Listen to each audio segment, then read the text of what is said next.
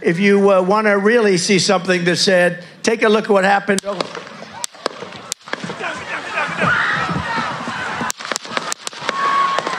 যুক্তরাষ্ট্রের পেনসিলভেনিয়ায় নির্বাচনী সমাবেশে বক্তব্য রাখছিলেন ডোনাল্ড ট্রাম্প। হঠাৎই গুলির শব্দে আতঙ্কিত হয়ে পড়েন সাবেক মার্কিন প্রেসিডেন্ট, বসে পড়েন মঞ্চে। তাকে নিরাপদ রাখতে ঝাঁপিয়ে পড়েন নিরাপত্তা বাহিনীর সদস্যরাও। কানে গুলির আঘাতে রক্তাক্ত হয়ে পড়েন ট্রাম্প। অল্পের জন্য সৌভাগ্যক্রমে প্রাণে বেঁচে যান। তারপরও রক্তাক্ত অবস্থায় উঠে দাঁড়িয়ে সমর্থকদের উদ্দেশ্যে মুষ্টিবদ্ধ হাত উঁচিয়ে ট্রাম্প বলেন, এ লড়াই চলবে।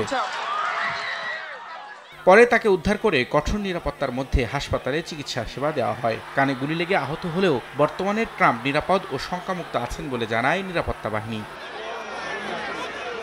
বন্দুকধারীকে ধরতে সঙ্গে সঙ্গে তৎপর হয় নিরাপত্তা বাহিনী। আইন শৃঙ্খলা রক্ষা বাহিনীর পাল্টা গুলিতে মৃত্যু হয় হামলাকারীর। ডোনাল্ড ট্রাম্প প্রাণে রক্ষা পেলেও গুলিতে নিহত হন তার এক সমর্থক। এছাড়া আহত দুজনের অবস্থাও আশঙ্কাজনক। নগদের কাছে সব গ্রাহকই প্রিয়, তাই তো সারা দেশে ক্যাশ আউট চার্জ সবচেয়ে কম। সাবেক প্রেসিডেন্টের ওপর নেক্কারজনক এ হামলার ঘটনায় হতবাক মার্কিনরা।